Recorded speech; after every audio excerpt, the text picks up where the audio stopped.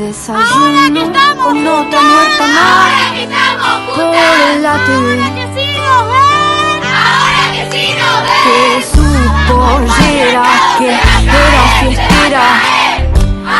Su asesino que me voy de mi casa. Quién sabe si podré volver. El feminismo es un movimiento transformador cuyo objetivo es la abolición del patriarcado. ¿Pero qué es exactamente el patriarcado? El patriarcado es la estructura básica de todas las sociedades contemporáneas, caracterizada por la autoridad que se ejerce desde las instituciones y desde los hombres en la unidad del hogar. Y para que se ejerza esa autoridad, el patriarcado debe dominar toda la organización de la sociedad, desde la producción, el consumo, la política, el derecho y la cultura.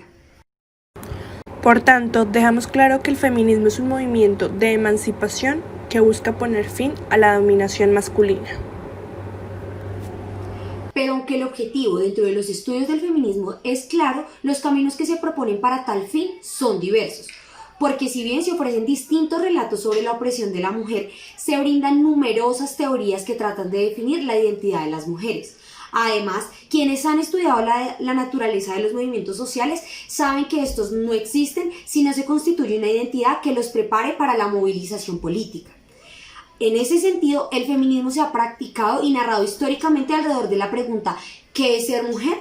Hasta incluso se ha cuestionado la premisa básica del sujeto político del mismo, sea la mujer.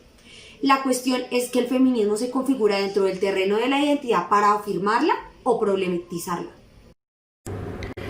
Pero si hay algo claro dentro de toda su complejidad, es que lo que se niega es la identidad alienada de la mujer, basada en esa relación de poder jerarquizada de lo culturalmente definido como lo masculino sobre lo femenino. Acá lo que busca el feminismo no es estar por encima de los hombres, sino que haya una equidad entre estos. Históricamente, la segunda ola del feminismo detectó las claves fundamentales que ayudaron al movimiento feminista a identificar cuál era la naturaleza de los problemas que afectaban a las mujeres y en qué medida. Por tanto, las soluciones deberían ser distintas. Asimismo, durante este periodo, el movimiento de las mujeres tomó conciencia de que no existía un lenguaje explícito que nombrara los problemas que sufrían las mujeres, porque no estaba expresado en términos de justicia, y esto las hizo razonar sobre el sesgo de género que existía en este momento. Por tanto, lo personal es político, condensa como ningún otro lema feminista de esta toma de conciencia. Para entender la repercusión de esta toma de conciencia, pongamos por caso el ejemplo de la violencia de género. El hecho de que una persona maltratara a su pareja era una cuestión doméstica que debía mantenerse en la esfera íntima de las relaciones personales. No era un tema político. Por ende, el lema feminista "lo personal es político" implicaba decir que esas cuestiones consideradas externas a lo político eran susceptibles de ser politizadas. Con la violencia de género se tomó conciencia, por ejemplo, de que el poder no es algo que se ejerce solo a nivel externo, sino que también se ejerce dentro de las relaciones de pareja. Foucault ayudó a entender determinadas prácticas personales en términos de poder, es decir, el poder ya no se entendía como una posesión, sino más bien como una relación, como un proceso. Por ejemplo, las relaciones de pareja podían analizarse desde esa óptica del poder, y esas relaciones de poder eran la expresión de pautas estructurales de desigualdad y de subordinación que nacían del corazón mismo del patriarcado. En consecuencia, los movimientos feministas fueron poco a poco politizando temas aparentemente triviales como el significado de pronombres chicos, chicas, igual a chiques, los ataques sexuales, la división sexual del trabajo, y por primera vez podían conceptualizarse en términos de poder y eran susceptibles de entrar en la esfera pública para ser discutidos y visibilizados. Entonces, este salto de lo privado a lo público no habría sido posible de entender sin la naturaleza del emblema "lo personal es político". Desde el ámbito feminista, el desafío de las categorías políticas de lo público y lo privado va a ser absolutamente central. La crítica feminista trata de poner en evidencia, primero, que la división público-privada es una construcción política, y segundo, que esta división se nombra en masculino y femenino, y expresa una división mucho más profunda, la dicotomía entre razón-sentimiento. O sea, La división entre lo público, es decir, lo racional, el hombre, y lo privado, lo sentimental, la mujer, y asimismo se fundamenta una decisión moral del trabajo que permanece hasta nuestros días, en donde la naturaleza de la mujer vendrá asignada por sus funciones sexuales y reproductoras, y es partiendo de esto que se debe buscar las raíces de una desigualdad institucionalizada política y socialmente, y su consideración como seres dependientes. El debate público sobre lo que es político o lo que no, sobre lo que es urgente e importante y lo que no, sobre cuáles son las cuestiones públicas prioritarias y cuáles pueden esperar, no ha dejado de cuestionarse por los movimientos feministas desde sus orígenes. Sucedió con los movimientos sufragistas y sigue ocurriendo cuando algunos temas que afectan especialmente a las mujeres en la actualidad son considerados cuestiones banales. La entrada de nuevos temas en la esfera de debate del feminismo implica no solo su visibilización, sino también darle significado a categorías analíticas que habían sido articuladas desde una sola voz. Por ejemplo, desde el ámbito de las investigaciones feministas fue costoso mostrar el concepto de violencia. Debía ser contestado en un contexto de dominación masculina, ya que los hombres en defensa de sus propios intereses de grupo y principales perpetradores de la misma han limitado su propia definición. Conceptualizar la experiencia siempre conlleva con una valoración normativa y cultural. Por eso las investigaciones feministas enfatizaron en la necesidad de problematizar las definiciones dominantes de determinados fenómenos que afectan de forma distinta a las mujeres. Y volvemos al mismo ejemplo de la violencia.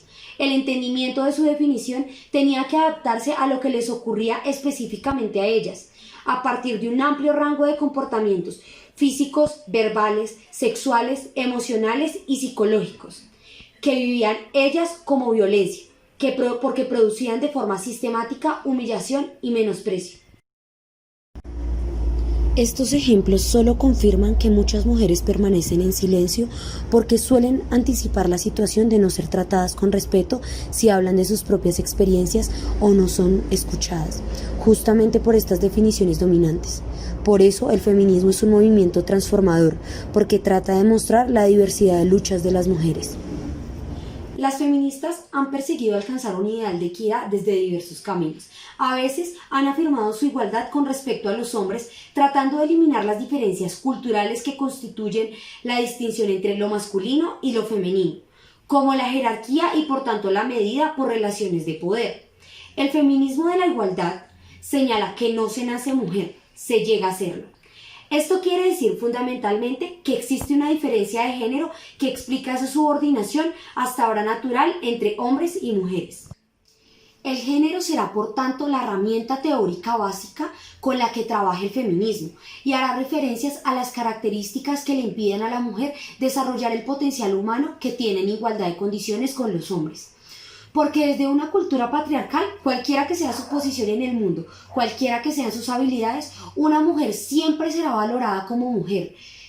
Pero otros la valorarán por su belleza o su falta de esta, por su gusto en el vestir, por su manera de hablar o de exhibir el encanto, ya que desde pequeñas las mujeres aprenden a acomodarse y atender los deseos de los otros. En definitiva, el principal problema de la mujer es una feminidad construida desde el patriarcado, que hace a la mujer sumisa y dependiente. Por esto es necesario que la mujer trascienda de lo que representa la feminidad como fuente de opresión para que pueda convertirse en un ser humano como lo es el hombre. El patriarcado fuerza un comportamiento femenino que beneficia al hombre en su actividad cotidiana porque provee al varón del servicio doméstico y sexual que necesita. Esta estructura vuelve a la mujer pasiva, dependiente y débil. Otras veces, sin embargo, han tratado de afirmar el rasgo esencial de las mujeres, afirmando incluso la superioridad de valores y modos de vida de las mujeres, que pueden ser condicionados como fuentes de realización humana. El feminismo de la diferencia se concibe a sí mismo como una crítica mucho más radical hacia la sociedad dominada por valores masculinos. Este feminismo deja de reclamar a las instituciones dominadas por varones y centros de poder la oportunidad de participar como iguales en unas instancias que no han sido creadas por ellas.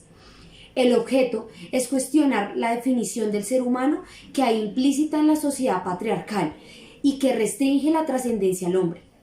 A partir de esto, el movimiento feminista identificará el sesgo masculino en espacios neutrales y universales, como el de la ciudadanía, el espacio público, ideas morales, cánones de expresión artística, entre otros. Ella se ha cansado de tirar la toalla, se va quitando poco a poco de la araña. No ha dormido esta noche, pero no está cansada. No miró ningún espejo, pero se siente todo guapa hoy. Ella se ha puesto color en las pestañas, hoy le gusta su sonrisa, no se siente una extraña hoy. El feminismo queer, un marco de análisis basado en el binomio sexo-género. El binomio sexo-género es fruto de ese constructivismo que aparece con la frase que sentencia que no se nace mujer, se llega a serlo. Queer es un término que describe una orientación sexual, una identidad de género o expresión de género que no se conforma con la sociedad. Su objetivo es eliminar las etiquetas sociales y culturales, considerando la posibilidad de que las personas se muestren socialmente como deseen sin pertenecer a ningún grupo. El feminismo queer cuestiona el binarismo de género, esa idea de que solo hay hombres y mujeres y que los que están equivocados de cuerpo lo que tienen que hacer es cambiarse. Este plantea que no hay cuerpos equivocados, los que están equivocados es la sociedad. Básicamente dice que las diferencias que consideramos naturales no lo son tanto, que no solo las diferencias culturales son construidas, sino que las que consideramos naturales, como la identidad de género al nacer de hombre o mujer, también es construida. El feminismo de forma crítica y reflexiva permanentemente desarrolla una forma de hacer la teoría y construir argumentaciones que revelan una estructura compartida de varias personas que salen de los parámetros establecidos por la sociedad. Es decir, lo que el feminismo queer propone es ampliar el sujeto político de la lucha feminista. Entender que todos son sujetos de diferentes sistemas de opresión que interactúan entre sí y que la feminidad se utiliza como excusa para oprimirlos, pero no como construcción biológica, sino como construcción política. Se habla de ampliar el sujeto político de la lucha porque se asume que la opresión no tiene nada que ver con la biología de ser mujer, sino con la posición que el sistema nos ha asignado. El feminismo ha sido punto de diferentes críticas por diferentes autores. ¿Por qué? Por ser un movimiento que, aunque tiene un fin, los objetivos para llegar a este son diversos, haciendo que este movimiento sea cambiante y transformador. Sin embargo, está claro que gracias a este movimiento las mujeres se han beneficiado, además que han tenido un campo más abierto en cosas que antes solamente eran para los hombres. Hoy en día ha tomado fuerza y conciencia en diferentes partes del mundo, y se espera que siga cambiando el mundo y la forma de ver a la mujer por mucho tiempo. Será que era fiestera? Eso asesino que